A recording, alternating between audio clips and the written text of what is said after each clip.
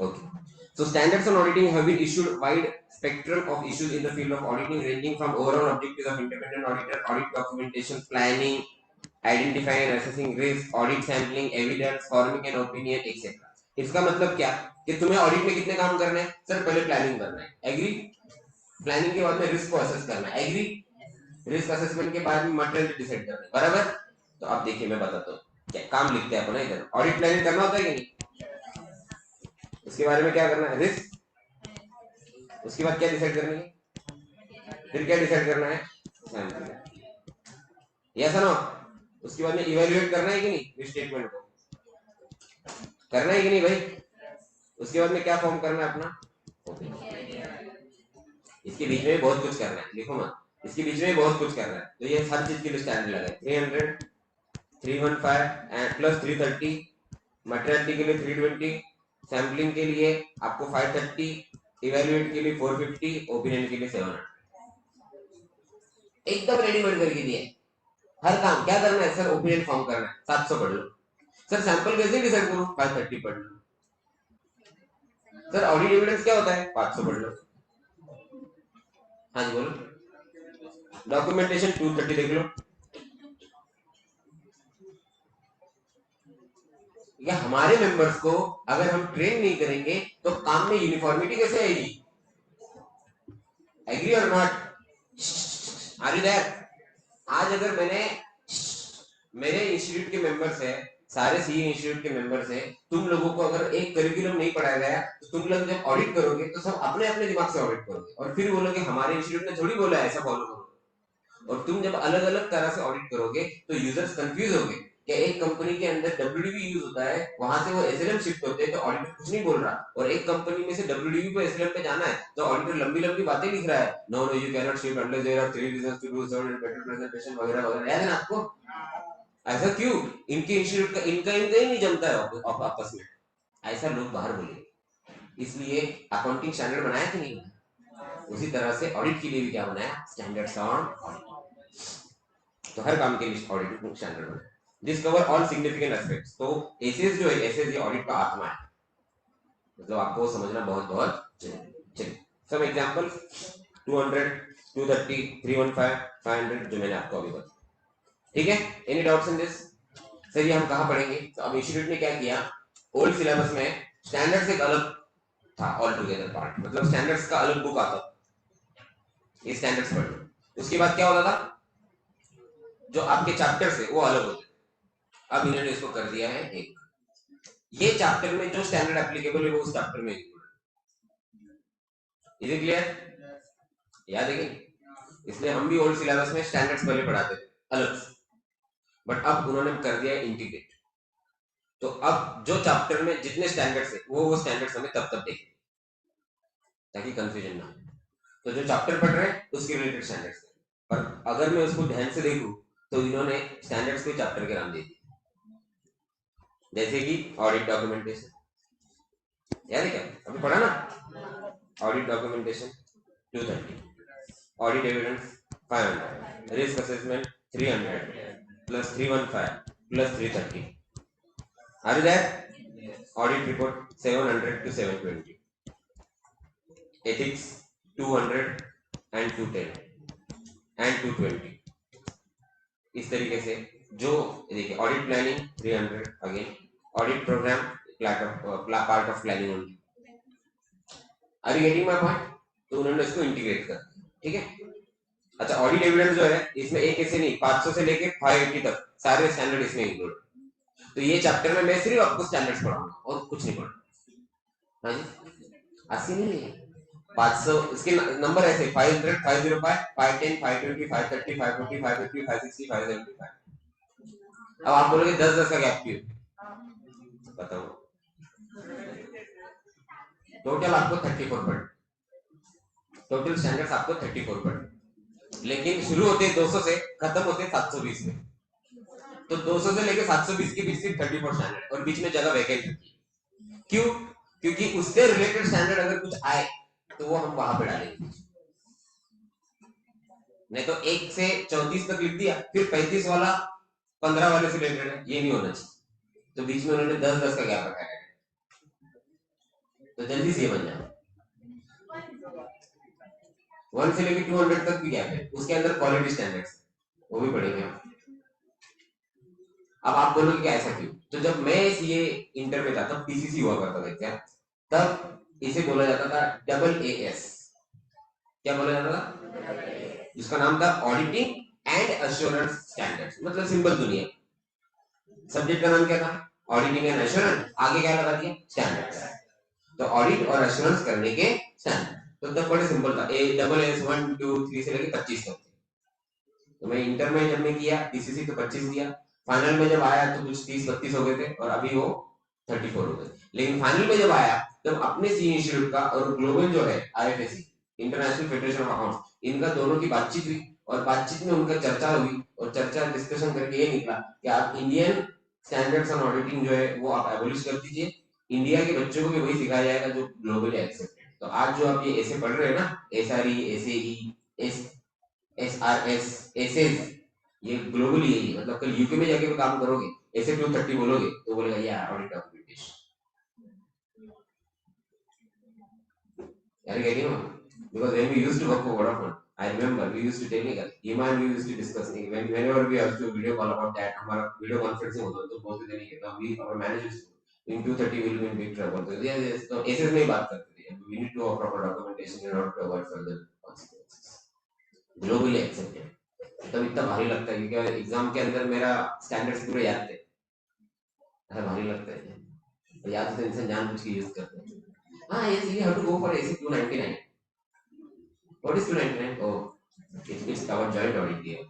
अरे मतलब ऐसा लैंग्वेज बोलने की वो ऐसा नहीं, यहाँ नहीं बोलने की लैंग्वेज है वो ऐसा, ऐसा देखो ऐसी बोलते हैं प्लीज। ओके चलिए अब बात करेंगे रिव्यू एंगेजमेंट की। कौन से एंगेजमेंट की? रिव्यू के अंदर हमने देख लिया लिमिटेड रिव्यू नाम की चीज होती है इस दुनिया में, याद है कि नहीं? अरे बोलो भाई। The standards on review engagement apply in context of review of financial statement. We have already understood that review is a limited assurance engagement and it provides assurance which is lower than that provided by audit.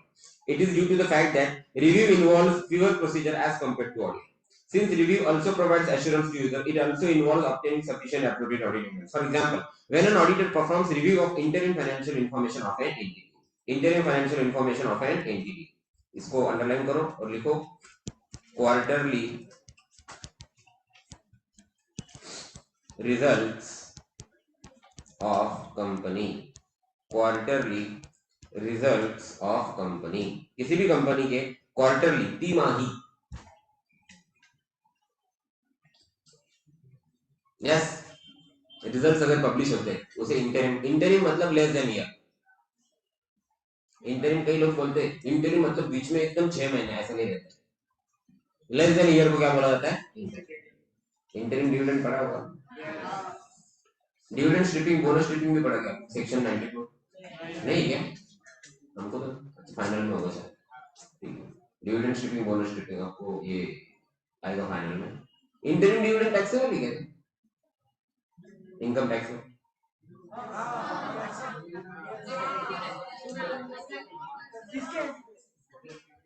किसको मिल रहा है? Income tax में RCM नहीं होता बेटा अभी तक, अभी तक, अभी तक, अभी तक as on today, because it is security, बराबर ना? आगे का मेरे को पता नहीं, फ्यूचर का। मैं तो जीएसटी में ही बोल के चलता हूँ, मैं आज एज ऑन टाइम के साथ बोलता हूँ। मैं ये जैसे निकलूं और नोटिफिकेशन आ जाए, क्या पता क्रिसमस के दिन भी आ सकता है। If it is favoring revenue, anything can happen. Safari वाले अभी तक नहीं मिले,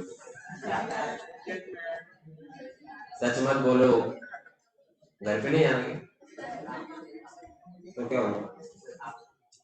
मैं तो कैमरा पे बोल देता हूँ, तुम्हारा क्या, तुम तुम्हारा देखो। चलिए, तो examples of standards on review engagement क्या है देखो। स्टैंडर्ड्स ऑन रिव्यू एंगेजमेंट की example 2400 review of historical information, इसको वापस से यहाँ पे लिंक कर दो।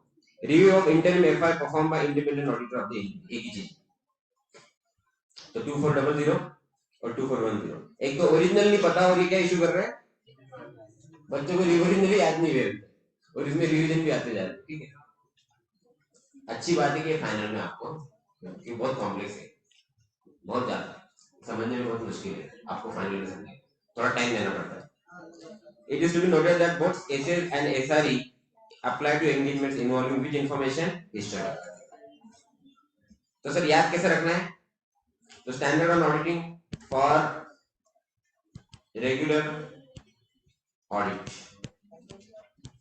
एग्जाम्पल कंपनी एक्ट 2013 होगा, ठीक है। अभी ब्रीफ करते चलेंगे हम फटाफट।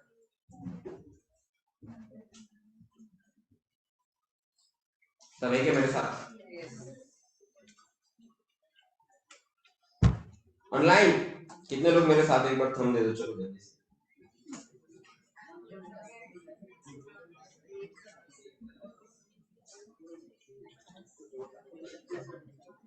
देखो तो सही में कितने बच्चे हैं।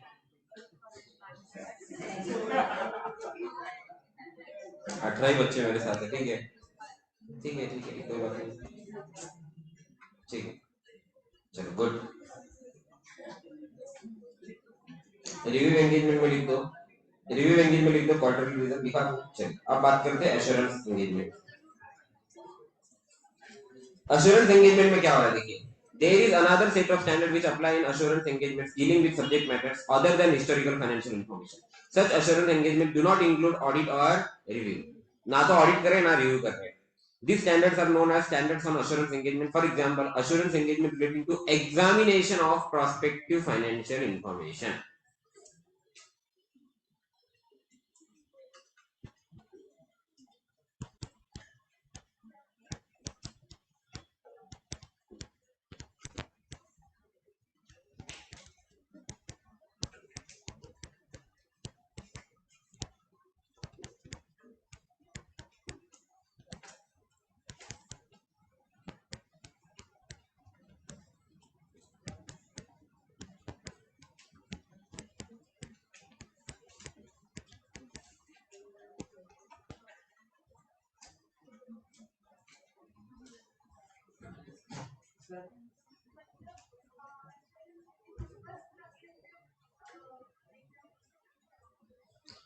बोल सकते हैं आप, प्लस उसके अलावा देखिए compilation of proforma financial information included in a prospectus, या फिर आप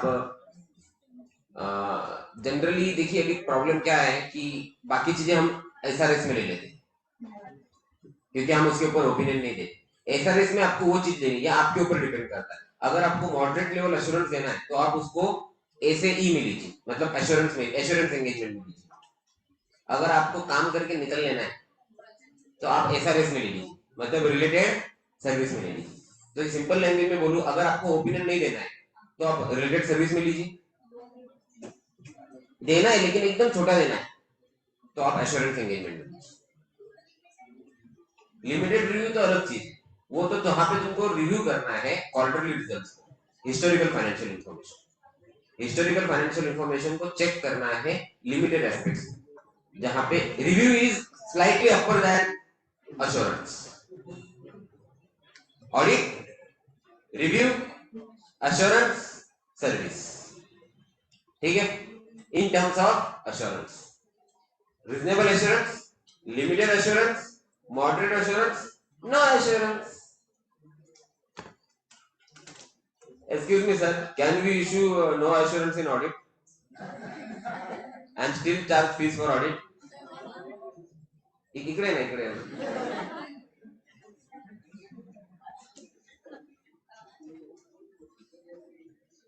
रिस्क जीरो, पैसे पूरे, इसो किसो चाली लगी। हाँ, एनी डाउट्स? अब बात करते हैं स्टैंडर्ड ऑन रिलेटेड सर्विसेज। आप अभी पढ़ के बताओ मुझे, क्या आप रिलेटेड सर्विस में कौन कौन से काम करोगे? फुल बैटिंग है अभी, सब सब काम कुछ छोड़ा नहीं, सब काम आपने कुछ करना है, ऐसा नहीं दूसरे लोगों के लिए काम ही नहीं रहता है।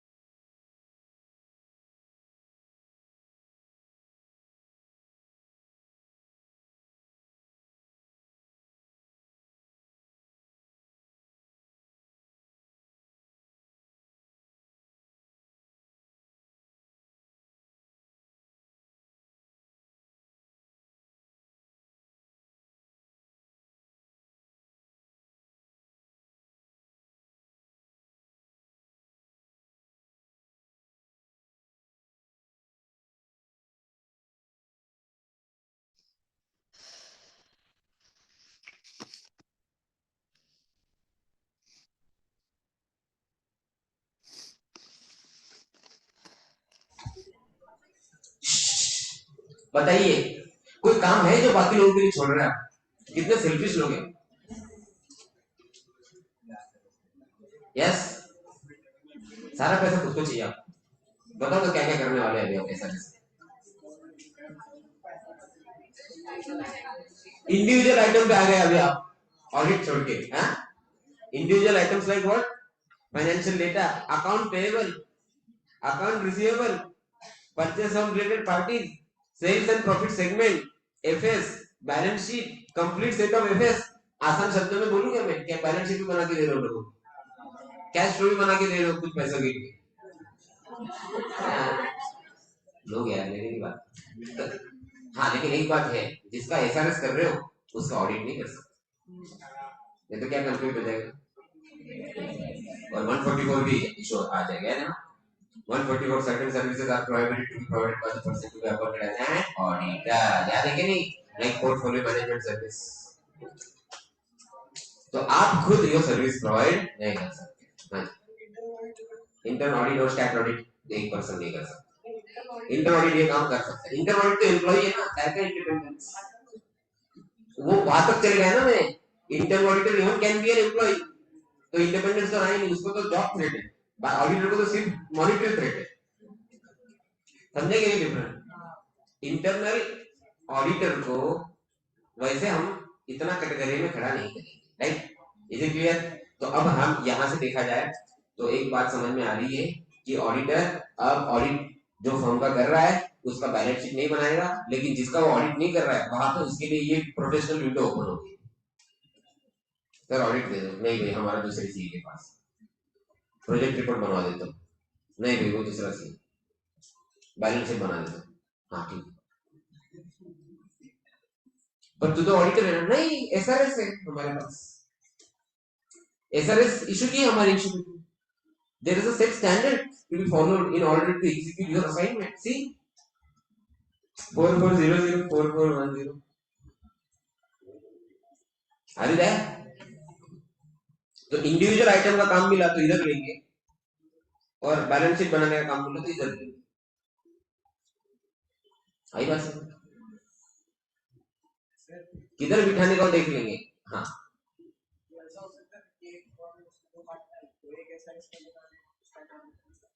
a person who is conducting an audit shall in no capacity directly or indirectly indulge himself into anything which will lead to indirect or direct threat to his independence, in my theory।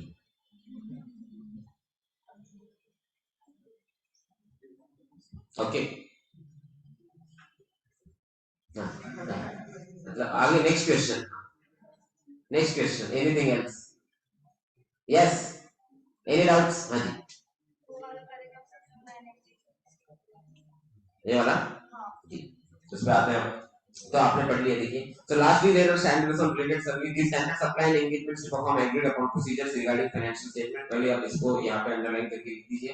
Example,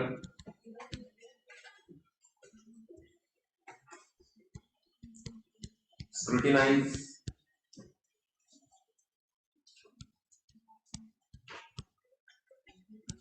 sundry debtor and creditor, comma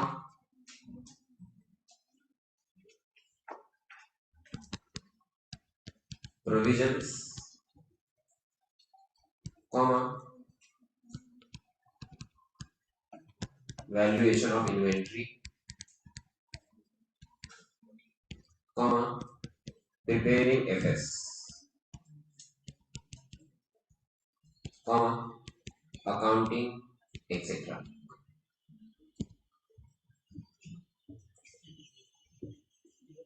मेरे को एक batch के student ने बोला था, I think there is a huge scope in SRS then SA. Please zero नहीं, balance sheet आपने बनाया, साइन कौन कर रहा है? मैनेजमेंट और ऑडिट। अपना क्या समझ में आ रहा है? क्या अपनी रिस्क क्या है? जीरो। बैलेंस शीट पे साइन कौन करेगा? मैनेजमेंट। और दूसरा कौन करेगा? ऑडिटर। जो बैलेंस शीट क्या कर रहा है? चेक। अपन ने क्या किया? सिर्फ असिस्ट किया है मैनेजमेंट को इन प्रिपरेशन, लेकिन पैसे पूरे ले रहे हैं। So sometimes a person preparing DS is earning more than auditor। ये मैं अपने एक्सपीरियंस से बता रहा हूँ। हाँ, क्या होता है, कॉम्प्लेक्सिटी के ऊपर डिपेंड करता है। एम्प्लॉय को हायर करना बहुत सारी लाइबिलिटीज लेके आता है साथ, समझा? इसलिए आजकल लोग कॉन्ट्रेक्चुअल पर्सन या प्रोफेशनल को हायर करना ज्यादा प्रेफर करते हैं। आई बात समझ? इतने कॉम्प्लेक्स लेबर लॉज हो चुके हैं इंडिया में क्या, और एम्प्लॉयज अपने राइट्स के बारे में अवेयर होते जा रहे हैं, तो इसलिए बड़ा मुश्किल है। मेरे को याद है मेरे साथ एक असिस्टेंट मैनेजर थी पीडब्ल्यूसी में, मतलब देखो ऐसे ऐसे लोग होते हैं, उसने प्लान कर लिया बराबर कि बोले मैं इधर रहूंगी अभी 2 साल, उसके बाद में उसको मैटरनिटी लीव पे जाना है, तो उसका रूल था कि 3 साल के बाद मिलती, बोले नहीं 1 साल कंपनी नहीं छोड़ूंगी, फिर मैं मैटरनिटी लीव पे जाऊंगी फ्यूचर में, तो मुझे पूरा 1 साल पेड लीव मिलेगा। अब कंपनी को 1 साल एक भी काम ना करते हुए उसे 15 लाख रुपए देने पड़े, एक भी दिन काम नहीं किया, paid maternity leave as per labour, और आप पैटर्निटी भी लीव मिल रही, ये बताइए क्या? ये सब कुछ तभी हो रहा है जब हमने जॉब छोड़ दी, तो घर में उनके इंटरव्यू कर रहे हैं और काम पे नहीं जाना, smart enough, yes, is it clear और नॉट? तो इसलिए लोग आजकल क्या प्रेफर कर रहे हैं, क्या वही काम करो, वही लोगों को हायर करो जिनसे डायरेक्ट सेल बढ़ता है, जिनसे डायरेक्ट क्या बढ़ता है अपना सेल। इन आपकी कॉस्टिंग के भाषा में तो try to reduce very fix cost, try to reduce, yes ना? चलिए अब अगले पैरा पे आते हैं। फॉर एग्जाम्पल एन एंगेजमेंट वगैरह वगैरह वगैरह। Next, an engagement in which a practitioner, practitioner मतलब कौन, वो पर्सन। अब इसलिए ऑडिटर वर्ड यूज होता है, समझे क्या? क्योंकि हर जगह पर्सन ऑडिटर नहीं है, right? The practitioner may be called upon to assist management, जो मैंने बोला, in preparation and presentation of historical financial information. इसको लिखते हैं एग्जाम्पल BSPM, अभी शॉर्ट फॉर्म है, बार बार पूछना मत मुझे, समझ में आ गया क्या है?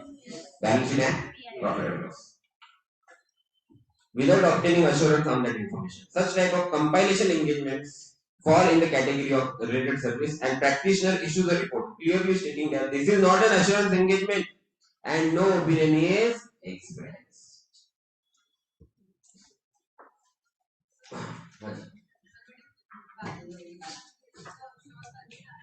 क्या क्या एश्योर कर रहा है? एश्योर एश्योर नहीं करके दे रहा है, वो कंपाइल करके दे रहा है।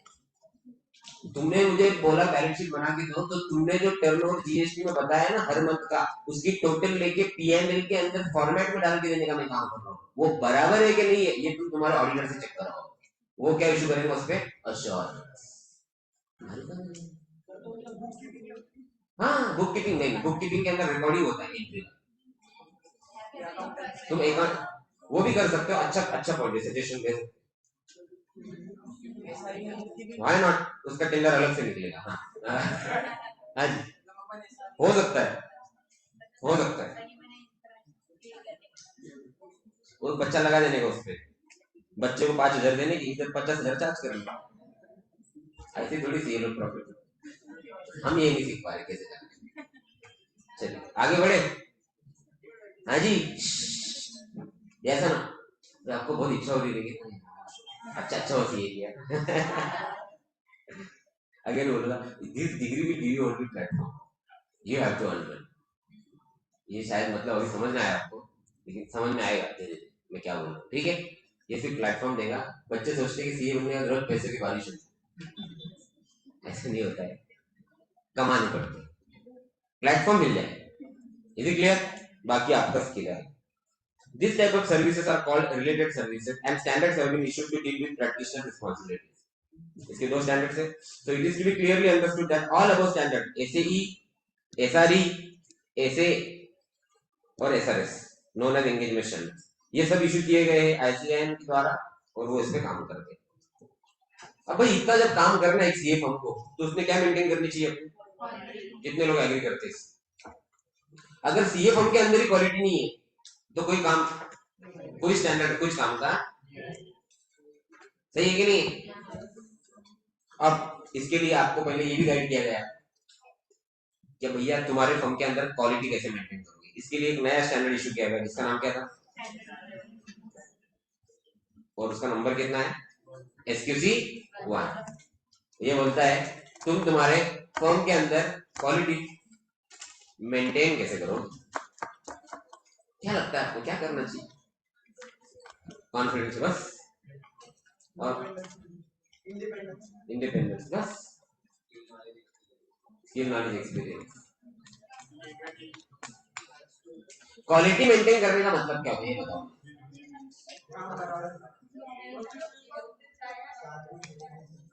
कैसे करेंगे? वही तो मैं पूछ रहा हूँ। आपकी तेरी फॉर्म में ठीक ना, आपकी फॉर्म में, आपके फॉर्म में आंसर आर्टिकल, तो आप हमको क्या ज्ञान दोगे? आप बोल रहे क्या क्वालिटी ऑडिट करो, मुझे मैडम मतलब क्या?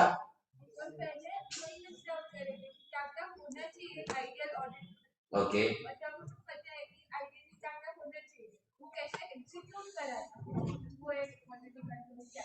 तो आपके बोलने से तो ये प्रतीत हो रहा है कि जो करना चाहिए वो करो, मतलब क्वालिटी होगी। मेरा क्वेश्चन इसके आगे का कैसे करेंगे? हाँ जी,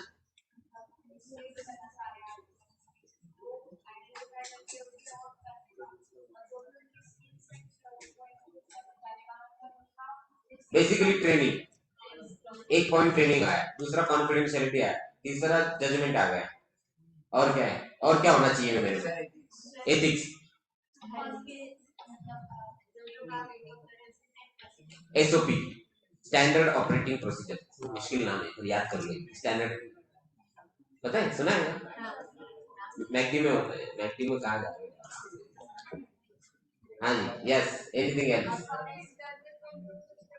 आईसीएस होना चाहिए अपना खुद का पहले। हाँ, लोगों को नहीं था, ये मराठी पढ़े ना, ये था ना, स्वतंत्र लोकांना शिक्षित तंत्रज्ञान स्वतः मात्र खोलने।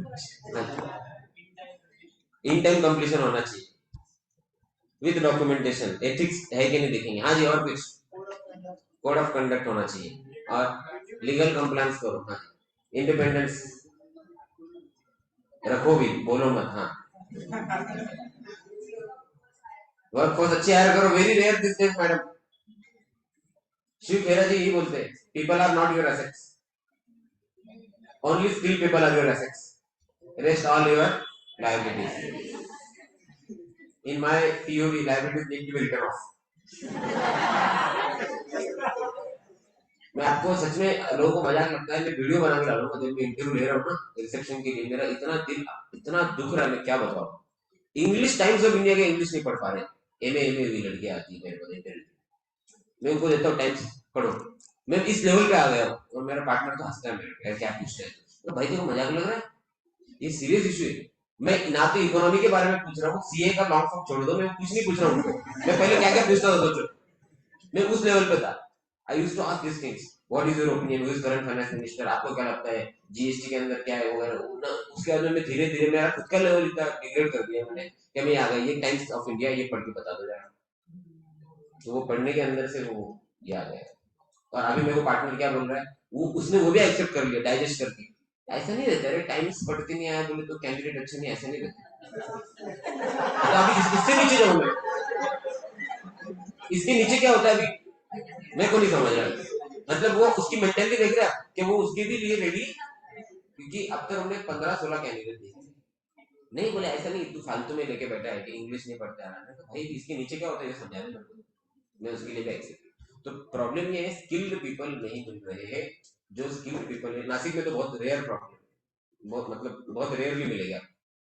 तो ये एक बहुत बड़ा चैलेंज है। तो अगर स्किल्ड स्टाफ नहीं है आपके पास और आप सीए फर्म चला रहे हो तो आप आगे लोगों को स्किल्ड सर्विस नहीं दे पाओगे। और अगर सर्विस नहीं दे पाओगे तो ये कैनॉट सेटिस्फाई योर क्लाइंट कि आपने अच्छी सर्विस दी, और आपको सर्विस नहीं देगी तो आप रेमुनरेशन नहीं चार्ज कर पाओगे। इसलिए फर्म में क्वालिटी कंट्रोल का एक बहुत इंपॉर्टेंट पार्ट है हायरिंग। हायरिंग के बाद में ट्रेनिंग, ट्रेनिंग के बाद में delegating, allocate right work to right people। हाँ जी, कोई कुछ बोल रहा था यहाँ पे? Is it clear? Any doubts?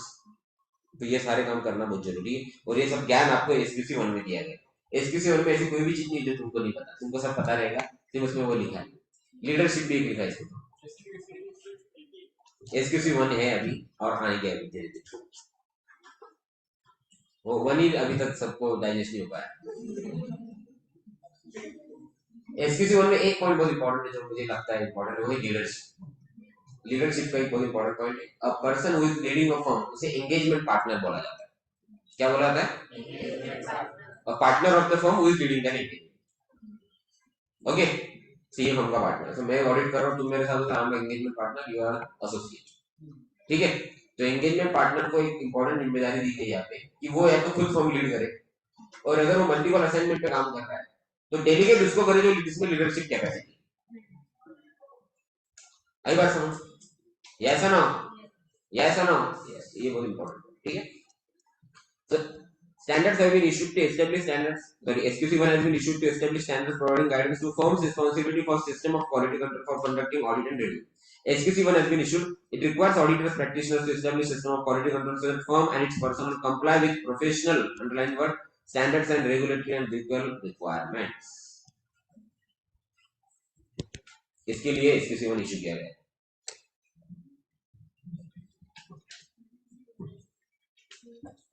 Its basic objective is that rendering services to which engagement standards apply, there should be a system of quality control within firms to ensure complying with professional standards and regulatory requirements. Further, it is also to be remembered that SQC are to be applied for all services covered by engagement standards. Obviously, sir, ये भी MCQ में लीजिए।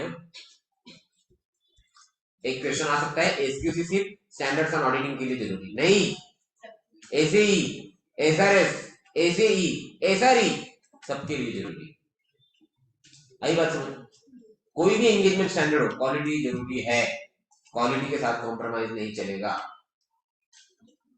Sir quality रखना मतलब क्या रखना हो तो बताओ, तो मैं बताऊंगा आपको धीरे धीरे, ये आपको नेक्स्ट चैप्टर में आएगा। Is it clear?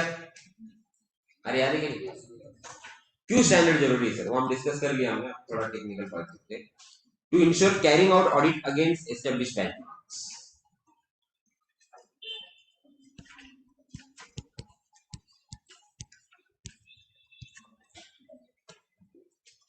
ऑडिट एक स्टैंडर्ड के हिसाब से हो, इसलिए स्टैंडर्ड इश्यू किए गए, राइट। तो स्टैंडर्ड को क्या बोला गया इन्होंने? Benchmark.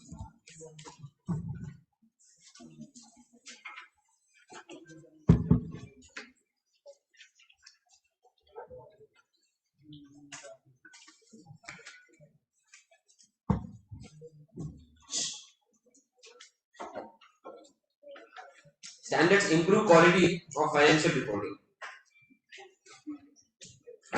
Standards promote uniformity.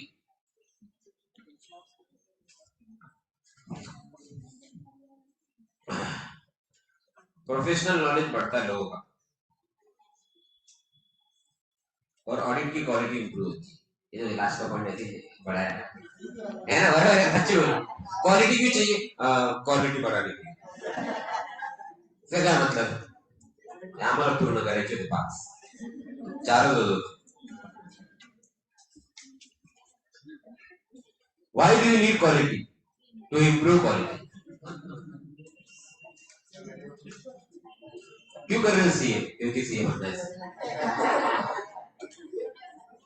Okay, yes, ठीक है, कुछ जान के चलो, कुछ मान के चलो। तो स्टैंडर्ड्स क्यों जरूरी है सर? स्टैंडर्ड के हिसाब से काम हो, ऑडिट की क्वालिटी इंप्रूव हो, यस, फाइनेंशियल रिपोर्टिंग अच्छा हो, यूनिफॉर्मिटी हो, ठीक है, इसलिए स्टैंडर्ड जरूरी है। आईएमपी कर देना, एमसीक्यू में आ सकते।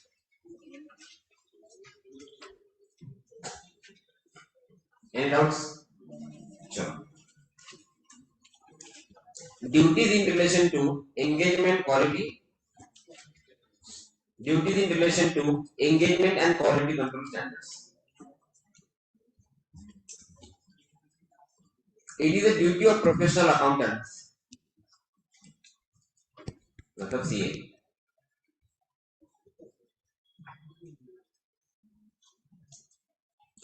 अब यहाँ पे professional accountant word itself indicate करता है कि ये ग्लोबल पर्सपेक्टिव, क्योंकि हर जगह सीए को सीए नहीं बोला जाता, कुछ जगह प्रोफेशनल अकाउंटेंट बोले, सीपीए हो गया, सुना होगा, सीपीए हो गया, ऐसा ना। उसके बाद में आईएफएससी वगैरह इस तरह के जो बॉडीज है, यस, यूके के अंदर बॉडीज अलग है, उसके बाद में इंग्लैंड एंड वेल्स का अलग है, ऐसा ना। श्रीलंका के अंदर भी उनका एसोसिएशन है, श्रीलंका का जो बोलेंगे, ऑस्ट्रेलिया का अलग है, न्यूजीलैंड का अलग है, सबका अपना अपना, बराबर। तो ये सबको सीए सीए नहीं बोलते, कुछ जगहों में क्या बोला जाता है? Professional account. So it is a duty of professional accountant to see that standards are followed. देखेंगे सर बिल्कुल. Ordinarily these are to be followed by professional accountants. ये लाइन का मतलब सुनना पहली दो line. It is a duty of professional standards to follow and it is followed by professional accountant. ठीक है, एक ही मतलब है. However, a situation may arise when a specific procedure as required by standards would be ineffective in particular engagement. यहाँ से twist आ रहा है कहानी. क्या मतलब इसका बताएंगे? कोई सिचुएशन ऐसी आएगी जहां पे स्पेसिफिक प्रोसीजर जो कहा लिखी है स्टैंडर्ड में वो काम तब क्या करना है. In such case, he is required to document how alternative procedure performed to achieve the purpose of required procedure. ठीक है, ये छुपा हुआ क्वेश्चन है, ये आंसर करो.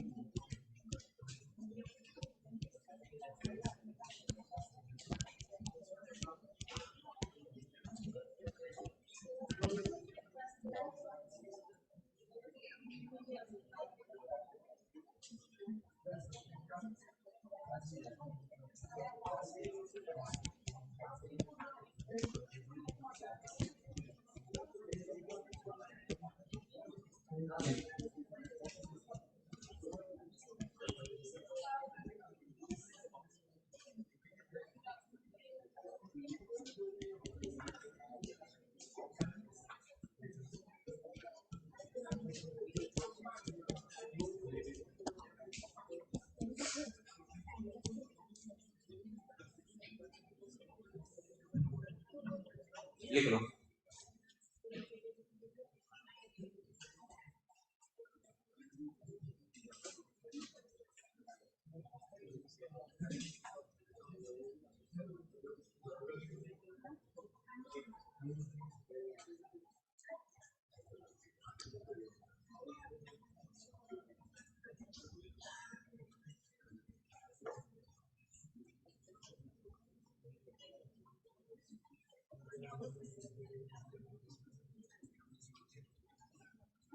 चलो हो गए.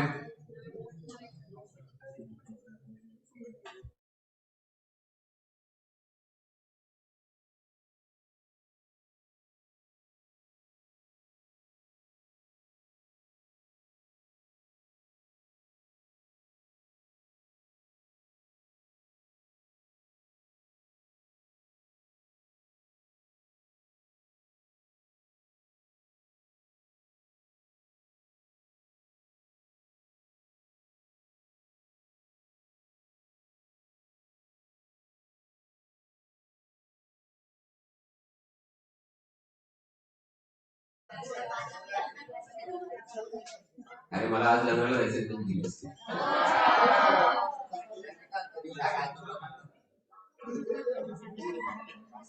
आपला स्वभाव नाही दादा तो लक्षात ठेव. नहीं नहीं नहीं नहीं. चलिए हो गया क्या? लिख लिया आपने? इन शॉर्ट भाई स्टैंडर्ड्स को फॉलो करो. जहां पे स्टैंडर्ड्स तुम्हारा पर्पस सॉल्व नहीं कर रहे, जो करना है वो करो, पर जो भी कर रहे हो क्या करके रखो, लिख के रखो, ताकि कल तुम्हारे खिलाफ चार्ज ऑफ नेग्लिजेंस. ये क्या खूबसूरत शब्द है.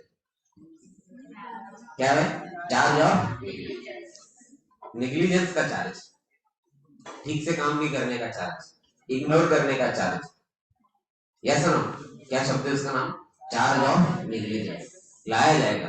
Then you can prove your side that I have done that one. वो लेके बताओ ये रहा सबूत.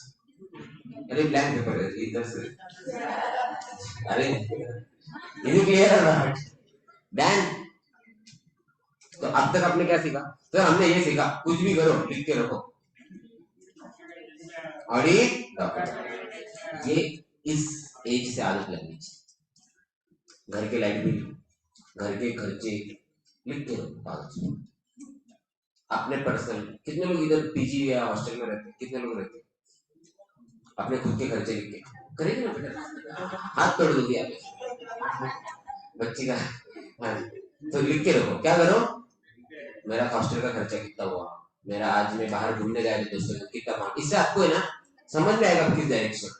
नारायण मूर्ति जी कहते हैं numbers can bring you magic, put everything is into your number and put everything into numbers. आप काम कर रहे हो, नंबर्स में काम करो। उनका क्या कहना है कि तुम 8 घंटा काम करते हो, अगर अगर स्टूडेंट एज में हो तो तुम 12 घंटे पढ़ाई करते हो, लिखो एक्चुअल वाला। मैंने कितने घंटे, और वो अपने पास रखो, किसी को बताने की शर्म आती है बच्चों को, तो छोटी डायरी बनाओ, अपने पास रखो, पूरे कंट्रोल, सच्ची सच्ची लिखो और छुपा के रखो, मैंने इतना घंटे पढ़े। देन एक हफ्ते के बाद, एक महीने के बाद में वो डेटा कंपाइल करके देखो, आपको डायरेक्शन पता चले। कई लोग भ्रम में जी रहे हैं कि मेरा बाकी खर्चा कुछ नहीं होता है भाई, मैं एकदम अच्छे से मेरी जिंदगी, तो मेरा सेविंग्स बहुत है। और जब वो अपना डेटा देखते तो बोलते हैं मैं इतना खाना खाता हूँ बाहर, मेरा मतलब खाने में इतना खर्चा होता है, भले मैं खाना कम खाता हूँ लेकिन खर्चा ज्यादा हो रहा है बाहर एंजॉयमेंट, ऐसा ना। तो नंबर्स कैन ब्रिंग दैट, इस एज से आदत करो इसको। ये भी एक पार्ट ऑफ क्या है, डॉक्यूमेंटेशन। Are you that? चलिए, also a reason for departure, अगर डिपार्चर आप करते हो, it also has to be documented unless it is clear. Further, his report should draw attention to such departures. Departures मतलब जो तुमने ऐसे से ऐसे में जो लिखा है और जो तुमने किया है, दोनों के बीच का क्या, इसे क्या बोला जाएगा मेरे भाई, डिपार्चर। क्या बोला जाएगा? It is also to be noted that mere disclosure in report does not absolve professional accountant from complying with applicable standard. तुमने सिर्फ डिस्क्लोजर कर दिया मतलब तुम्हारी जिम्मेदारी खत्म, ऐसा नहीं है। आई बात समझ में? तुमने डिस्क्लोजर कर दिया मतलब तुम्हारी जिम्मेदारी खत्म हो गई, ऐसा नहीं है। तुम्हें बताना होगा कि क्या डिपार्चर है। डिपार्चर मतलब स्टैंडर्ड्स में क्या लिखा। अब एग्जांपल लेता हूँ, एक स्टैंडर्ड है मटेरियल ऐसे 320, बराबर है। तो मटेरियल जो है वो हाई लेवल, मतलब काम कम करना है। लेकिन तुम्हें न्यूज आई, सर वो इन्होंने घर के भी लोगों को हायर किया है कंपनी में, और उसके भाई भी, उसका कजिन ब्रदर है सर, वो 12th पास है, उसको 2 लाख सैलरी दे रहे सर कमीशन के नाम पे, चेक कर लो सर अच्छे से। अब ये न्यूज आपको आती, फिर एक आके बोलते हैं सर इन्होंने बहुत सारे घर के लोग रखे, जो अकाउंटेंट है ना, चीफ अकाउंटेंट, उसने उसके सुंदर को मतलब ब्रदर इन लॉ सबको सब ब्रदर इन लॉ वगैरह सब लोगों को हायर करके रखा है, उनकी कुछ क्वालिटी नहीं है सर, और उनको हाई सैलरी दे रहा है। और परचेज के लिए अलग अकाउंटेंट, सेल्स के लिए अलग, ऐसा किया है, बैंक के लिए अलग अकाउंटेंट, जीएसटी के लिए अलग अकाउंटेंट, इतने लोगों की जरूरत भी नहीं है। तो सैलरी में बहुत जोर हो रहा है, सबको सैलरी देता है, उनके अकाउंट से कैश निकालता है चीफ अकाउंटेंट, ऐसे आइडिया की। अब इतनी न्यूज होने के बाद में मेरे जैसा आदमी तो मटेरियल की सीधा जीरो है, ठीक है, ऑडिट रिस्क है, आप क्या करोगे? तो आप स्टैंडर्ड में जो लिखा है आप थोड़ा सा उससे अलग हो रहे हो ना। स्टैंडर्ड में क्या लिखा है, एक बार मटेरियल सेफ्टी तो उसको फॉलो करो, लेकिन आप डिपार्चर कर रहे हो, तो आप लिखो कि भाई ये लिखा था, मैंने ये किया क्योंकि ये था, दैट्स इट। आई बात समझ? Is it clear? Any problem? तो इस पूरे पैरा का सारांश है कि जो लिखा है वो करो, अगर जो लिखा है वो नहीं कर रहे हो तो क्यों ऐसा नहीं कर रहे हो ये भी लिखो, बस लिखो। आई बात समझ में? राइट और नॉट? अब गोइंग कंसर्न ऐसे 570 पढ़ेंगे हम, वो भी दिखाया गया आपको, ऐसे 570 में लिखा है क्या तुम्हें कब डाउट आना चाहिए कि गोइंग कंसर्न डेंजर है। ये भी इंस्टीट्यूट ने स्टैंडर्ड बना दिया है, मतलब कितना स्कोर मिलेंगे सब बना दिया है।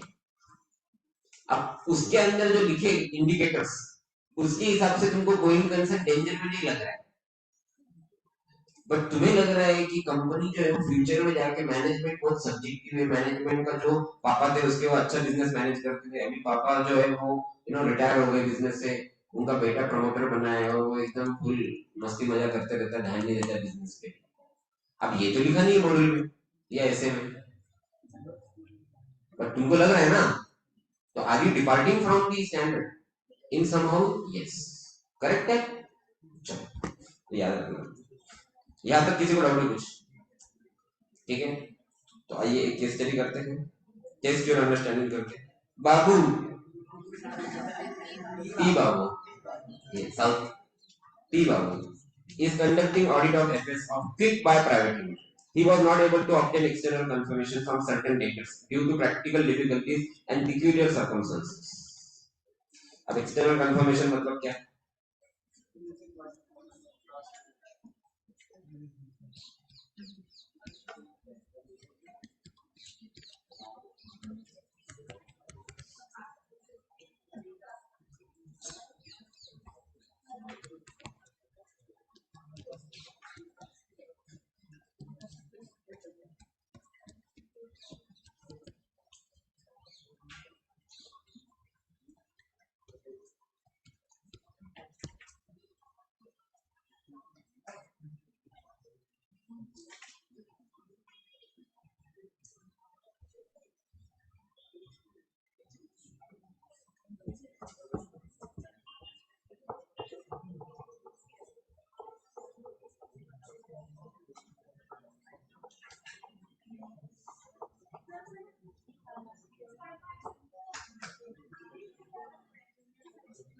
इनके परमिशन से, मतलब तुम क्या करोगे, तुम पहले अपना जो क्लाइंट है, सपोज क्विक बाय मेरा क्लाइंट है, मैं क्विक बाय से पहले लेटर ले लूंगा, लेटर ऑफ ऑथराइजेशन। तो क्विक बाय क्या करता है, मुझे लेटर देता है कि भाई तुम जिसको चाहो उसको रिक्वेस्ट करके मंगवा सकते हो, ओके, ऐसा लेटर ले लेते हो। उसके बाद में तुम क्या करते हो, तुम डायरेक्टली थर्ड पार्टी जो होती है आपकी, मतलब क्विक बाय के डेटर्स, उनको लेटर भेजोगे कि भाई मुझे तुम्हारे बुक्स में क्विक बाय का क्या चाहिए, लेजर चाहिए, और उसके साथ मेरे को क्विक बाय ने ऑथराइज किया है तुमसे लेने के लिए, वो वाला भी लेटर लगा और डायरेक्टली मेरे एड्रेस पे भेजना। रीजन ये लो, क्या होगा ना, उनके एड्रेस पे गया तो क्या होगा, आपको पता है जो होने वाला है, मैनिपुलेशन तथा फैब्रिकेशन, राइट, यस नो। अब आगे बढ़ते, लेकिन वो पॉसिबल नहीं हो रहा है, क्यों नहीं हो रहा है, मेरे सारे डेटर जो थे, मान लो फार्मा कंपनी की, फार्मा कंपनी किधर लोकेटेड है, मोस्टली कौन से स्टेट,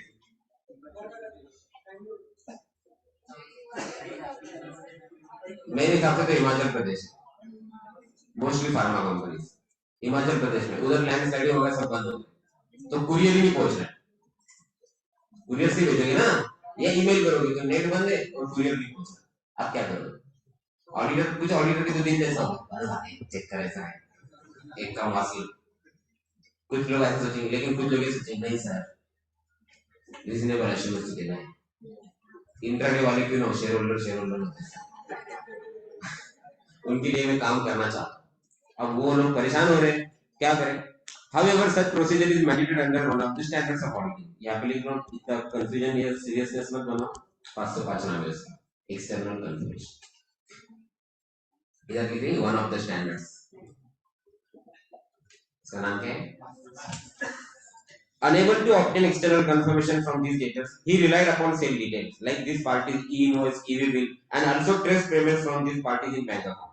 मतलब सिंगल एंट्री की मेथड पे चले, सेल किसको किया पता नहीं, लेकिन जिससे पैसा आया उसको सेल किया ही होगा, सेल का लेजर कंफर्मेशन नहीं मिल रहा, लेकिन ई इनवॉइस जनरेट किया मतलब सेल किया ही होगा, जीएसटीआर में दिख रहा है मतलब सेल किया ही होगा, 3B में मैच हो रहा है मतलब सेल किया ही होगा, भले ही सामने वाली पार्टी उसका लेजर स्टेटमेंट नहीं भेजी, तो उसने alternative procedure opt agree. He was reasonably satisfied with audit evidence. Is there any other reporting duty cast upon him relating not following a mandated procedure? Yes. Yes. He needed to document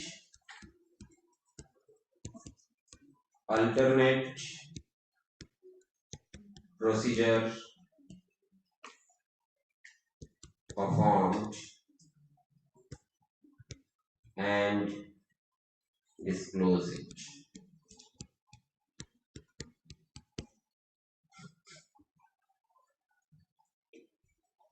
In AR. AR मतलब audit.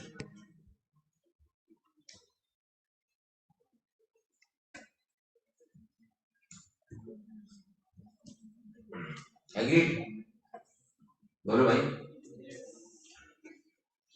दूसरी बात बता दूं, ये जो 505 standard है, तो ठीक है, ये स्टैंडर्ड के लिए I represented WRC in one of the innovation competition.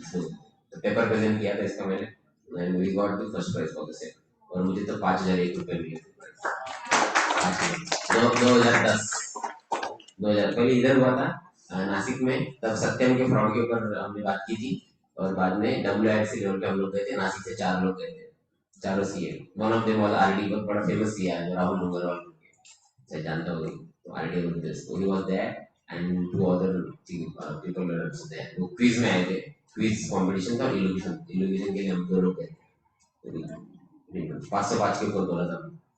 I remember that. It was very rare these days to hold the mic. So I was holding mic and I was ऐसे तो बोल रहा था कि why you are holding mic like this? You are holding like something. आराम से पकड़ो। At that time there was a person from Gujarat who was jury क्या बोलते उसको, उसने मुझे कहा when you are holding mic hold it from the 4 fingers, उसने सिखाया था पहले। और इतना नहीं डरने का, क्यों सर तुम डर तो लगता है, तेरे से ज्यादा थोड़ी पढ़ा है, तू पेपर प्रेजेंटेशन की तैयारी करके आई, ये तो सब सुनने आया है। तो जब उसका मुझे बड़ा फायदा हुआ, इसलिए मैं जब भी इसके बाद प्रोग्राम में गया तो ये सोच के जाता था कि मैं तो पढ़ के आया हूँ ना, ये तो सिर्फ सुनने आया है, तो मेरे से ज्यादा इनको भी ना पता होगा। समझ रहे हो? चलिए केस स्टडी आगे बढ़े। मी एंड यू प्राइवेट लिमिटेड, नाम ये क्या घूमते लाते हैं।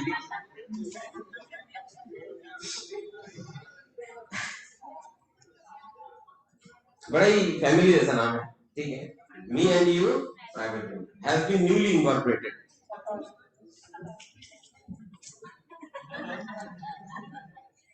Control button.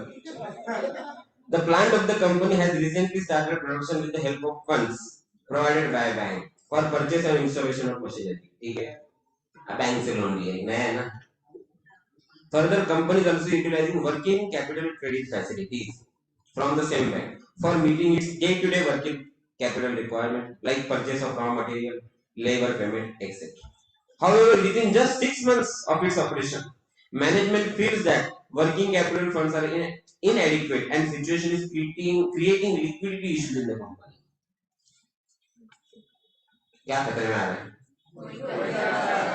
कितने महीने में? Every startup story in India, है ना?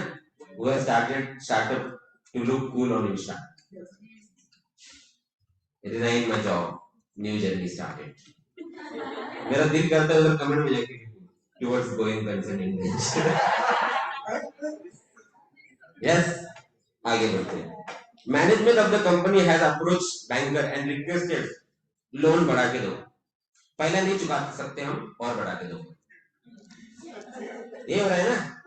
आगे manager is insisting upon financial statement of the company for half year along with report providing assurance in this respect duly signed by chartered accountant as audit is far away। मतलब 1/4/22 को चालू किया, 30/9 को bank को बोला मुझे finance चाहिए, bank ने क्या बोला, एश्योरेंस लेके आओ, एश्योरेंस रिपोर्ट लो,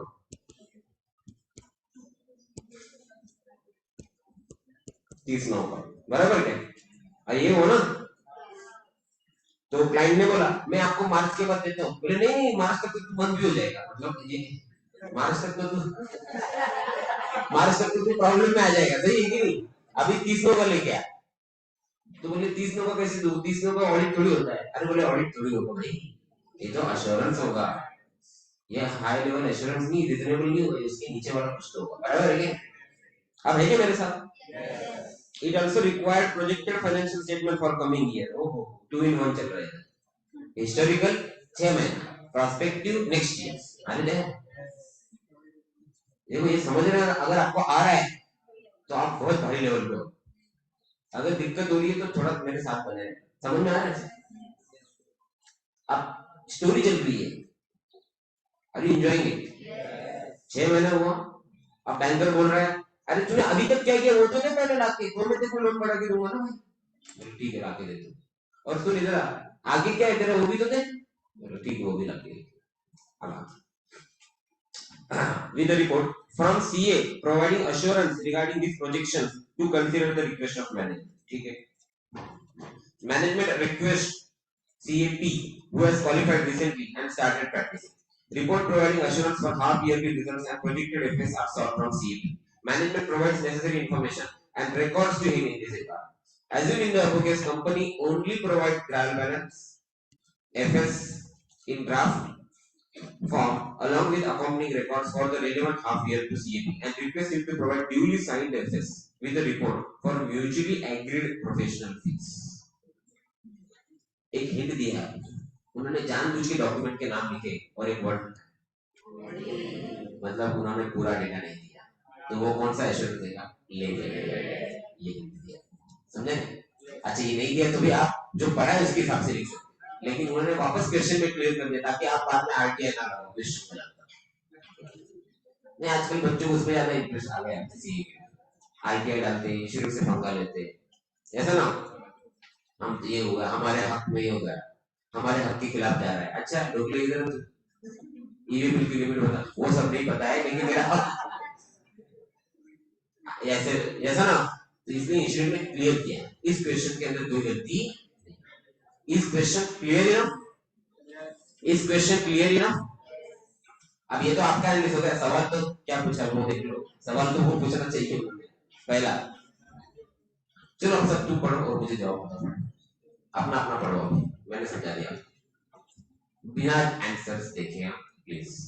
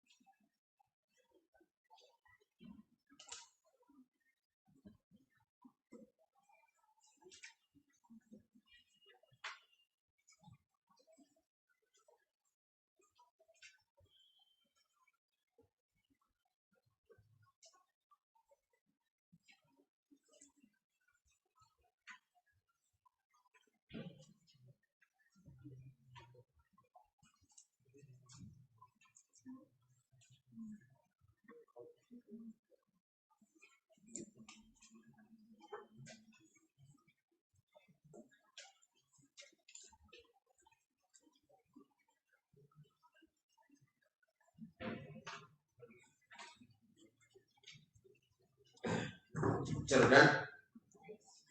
अब इसमें ये क्वेश्चन के अंदर अगर आप देखो तो एक आपको सबसे इंपॉर्टेंट बात जो है वो हमें यहाँ पे समझनी चाहिए, वो ये है कि मैनेजमेंट जो है वो ऑडिटर को फाइनेंशियल स्टेटमेंट बना के दे रहा है कि बनाने के लिए दे रहा है, ये सबसे इंपॉर्टेंट बात, क्योंकि बनाने के लिए देना और बना के देना दोनों में अंतर है। तो पहले तो बात करते हैं जो 6 महीने का डेटा है, जो ये ये हिस्टोरिकल फाइनेंशियल बराबर, और इसके आगे का क्या है, प्रोस्पेक्टिव। तो ये जो हिस्टोरिकल है ये डेटा मैनेजमेंट बना के दे रहा है कि बनाने के लिए दे रहा है। आइए पढ़ते हैं लास्ट लाइन में या लास्ट पैरा में क्या लिखा है।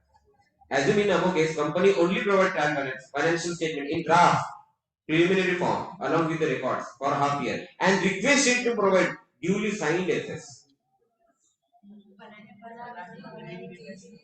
तो ये बनाने के लिए दे रहा है, बना के नहीं दे रहा है। Do you agree with this? Do you agree with this? तो दोनों में डिफरेंस क्या है बताएंगे मुझे? बना के देना रिव्यू होता है और बनाने के लिए देना सर्विस होता है। Do you admire the beauty of question? अब मुझे बताओ मेरे भाई, बिना कॉन्सेप्ट के क्वेश्चन आप लिख के पाओ, समझे क्या? इसलिए अपने को इतना डिस्कस करना आए समझ। There is difference. अगर बना के दिया होता तो रिव्यू होता, बनाने के लिए दिया तो अश्योरेंस, मतलब चलिए रिलेटेड सर्विस एसआरएस। तो एक एसआरई होता है, एक एसआरएस होता है। Is it clear? तीन लाइन थोड़ा सा, इज इट क्लियर? तीन लाइन, ठीक है। चलिए एक एक पॉइंट डिस्कस करते हैं। Should we come to questions now? Yes, चलिए।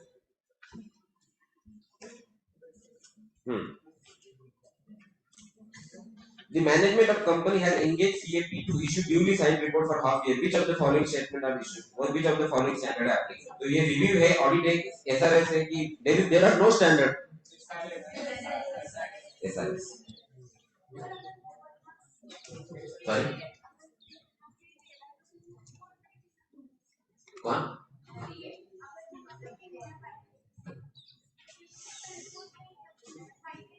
नहीं, दो अलग चीजें। 6 महीने का ऑडिट नहीं हो रहा है, साइन वो जो आप बोल रहे हो वो किधर रिस्ट्रिक्शन है?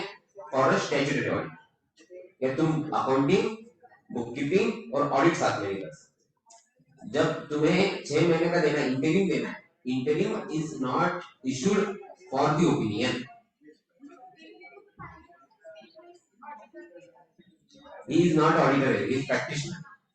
तो आप ये बात समझो। तो एश्योरेंस सही है,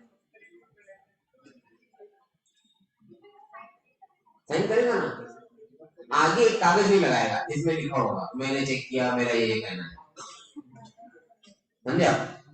आगे कोई कागज नहीं लगाएगा जो अपन स्टैट्यूटरी ऑडिट रिपोर्ट में लगाते हैं, इंडिपेंडेंट ऑडिटर्स रिपोर्ट, वो नहीं लगाएगा।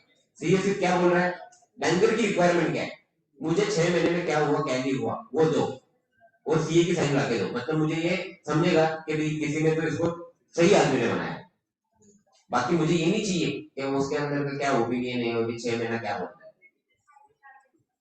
नहीं, कुछ नहीं करेगा, ये कंपाइल करेगा सिर्फ 6 महीने में जो हुआ। और सीए को क्यों बोला? क्योंकि उसको समझता है। Next point, which of the following is most appropriate? बोलो इसका जवाब क्या? Which of the following is most appropriate? CAP can assist management in preparation of FS of the company. However, issue of a report in such is outside the scope. CAP can assist management in preparation of FS and he can issue an audit report. Audit report तो दे नहीं रहा है। CAP can assist management in preparation of FS and he can issue a compilation report. क्या करेगा वो? Compilation, क्योंकि वो ना ऑडिट कर रहा है ना कुछ कर रहा है, वो क्या कर रहा है दोस्तों? Compilation. There is a responsibility of companies or you can review भी नहीं कर रहा है। In above case, for issuance of signed FS for half year, CAP as discussed in last para identify most appropriate. देखो ये जो type के question होते हैं ना, मोस्ट एप्रोप्रिएट वो डेंजर है, ये सब पढ़ना पड़ता है। मोस्ट एप्रोप्रिएट ढूंढना है ना अभी, तो पढ़ना सब पड़ेगा, राइट? ठीक है, क्या करते हैं? पहला, SQC is not applicable to CAP. SQC is not applicable as CSP, मतलब ये ऑडिट रिपोर्ट इश्यू कर रहा है इसलिए एप्लीकेबल नहीं, रिव्यू रिपोर्ट कर रहा है। SQC is applicable in such type of engagement. SQC is not applicable as CAP is barred from issuing any report. तो हमने पढ़ लिया है, SQC is applicable for all types of engagement standards. याद है ना? ये उसके क्वेश्चन भी आ गया, लिखा था कि नहीं हमने? हमें ऑल पे हमने उधर आईएमपी किया था, याद है कि? Banker of company has requested for projected FS for coming years. कौन से FS? Projected. Which of the following standards issued by ICAR relevant in this? तो ये कौन सा एंगेजमेंट प्रोजेक्टेड का? प्रोस्पेक्टिव फाइनेंशियल इंफॉर्मेशन, उसके लिए अपन कौन से स्टैंडर्ड लगाते हैं? एश्योरेंस के लिए। कौन सा लगाते हैं? ये हमने देखा है। Do you agree? यहाँ पे आप क्या इवेल्यूएट करते हैं उसका? बोलो भाई। प्रैक्टिशनर इवेल्युएट रीजनेबलनेस ना भाई, रीजनेबलनेस ऑफ जजमेंट ऑफ, बोलो, of home, of management. Practitioner क्या इवेल्युएट करता है? बोलो जल्दी।